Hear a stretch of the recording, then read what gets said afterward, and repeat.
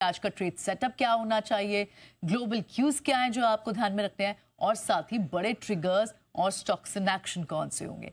लेकिन पहले चलिए शुरुआत करते हैं ग्लोबल मार्केट से, जहाँ थोड़ी सी रिकॉर्ड लेवल पर चलने के बाद हल्की सी थकान दिख रही है। नेहा हमारे साथ बनी हुई है। मॉर्निंग नेहा, अब ये तो थोड़ा सा तो डाइजेस्ट कर ही सकता है बाजार प्रॉफिट बुकिंग को। फाइनली लग रहा है कि अमेरिकी शटडाउन समझ में आ रहा है लोगों को।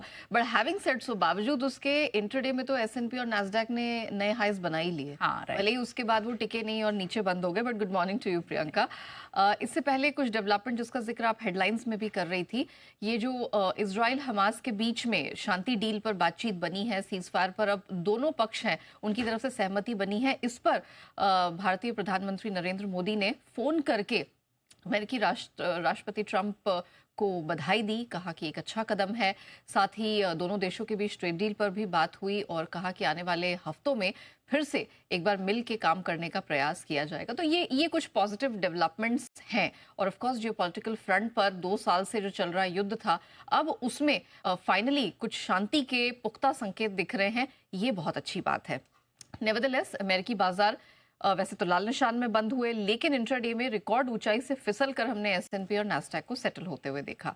अब अगर एसएनपी की बात करें, इंट्राडे में 6764 6765 के ऊपर हमने रिकॉर्ड ऊंचाई दर्ज करते हुए देखा। हालांकि इंट्राडे में जो रिकॉर्ड ऊंचाई हुई उससे 30 पॉइंट गिर के बंद हुआ।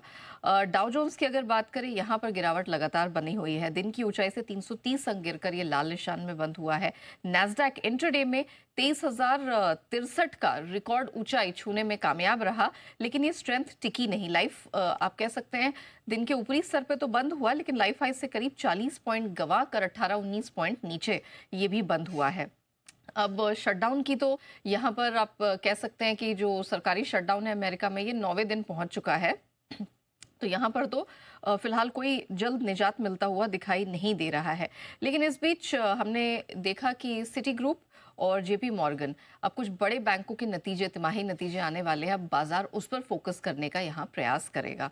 डॉलर इंडेक्स 5वें दिन मजबूती के साथ ट्रेड कर रहा है। 1 अगस्त की ऊंचाई पर हमने इसे पहुंचते हुए देखा, मतलब 1 अगस्त के बाद ये 99 के पार निकलता हुआ नजर आया। तो वहां स्ट्रेंथ है, नजर रहेगी। 10 साल की अमेरिकी बॉन्ड यील्ड तीसरे दिन हमने देखा है 4.1% के आसपास सुस्त रही है। सोने में हालांकि 5 दिनों की एक तरफा रैली पर ब्रेक लगा है। न सिर्फ अंतर्राष्ट्रीय बल्कि घरेलू बाजार में भी हमने देखा है एक बड़ा कट देखने को मिला। हालांकि यहाँ पर भी एक पेच ये है कि एमसीएक्स में सोना हो या चांदी, दोनों में रिकॉर्ड हाई बनने के बाद एक भारी भरकम करेक्शन कल हमने देखी है। इंटरनेशनल मार्केट में बात करें, सोना ऑलमोस्ट $70-75 गिर के बंद हुआ है। रिकॉर्ड ऊंचाई से तकरीबन $100 की करेक्शन दिखी है। चांदी की बात करें, 0.3% की गिरावट यहां देखने को मिली। कल $49 का स्तर छुआ था, लेकिन फिर आ गया नीचे और $47 के आसपास आ गया। मिडिल ईस्ट में जो तनाव घट रहा है वो प्रेशियस मेटल्स की प्रीमियम को और थोड़ा सेफ हेवन अपील को कम कर रहा है। हालांकि आपको बता दें कि अभी भी जियोपॉलिटिकल फ्रंट पर बहुत सारी चीजें जो उसको सपोर्ट करने का काम कर रही है। चाहे आप जापान में वित्तीय संकट देख लें, उनकी सेहत गड़बड़ाती हुई दिख रही है, या फ्रांस में पॉलिटिकल क्राइसिस देख लें।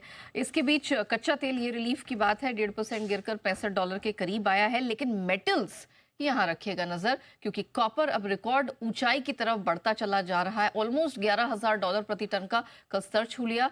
एल्यूमिनियम 3 साल की ऊंचाई पर है और जिंक इस साल की ऊंचाई पर ट्रेड करता हुआ नजर आया। चलिए, तो कमोडिटीज में गोल्ड और सिल्वर पर शायद क्या रिस्क ऑफ दिखे, ये देखना होगा अगर इक्विटीज में एक सर्ज वापस दिखता है तो। लेकिन ना शुक्रिया, कॉपर अभी भी आपको रिकॉर्ड लेवल्स पर दिखाई दे रहा है, और सो इज यूएस मार्केट। लेकिन थोड़ी सी प्रॉफिट बुकिंग वहाँ कल देखने को मिली है।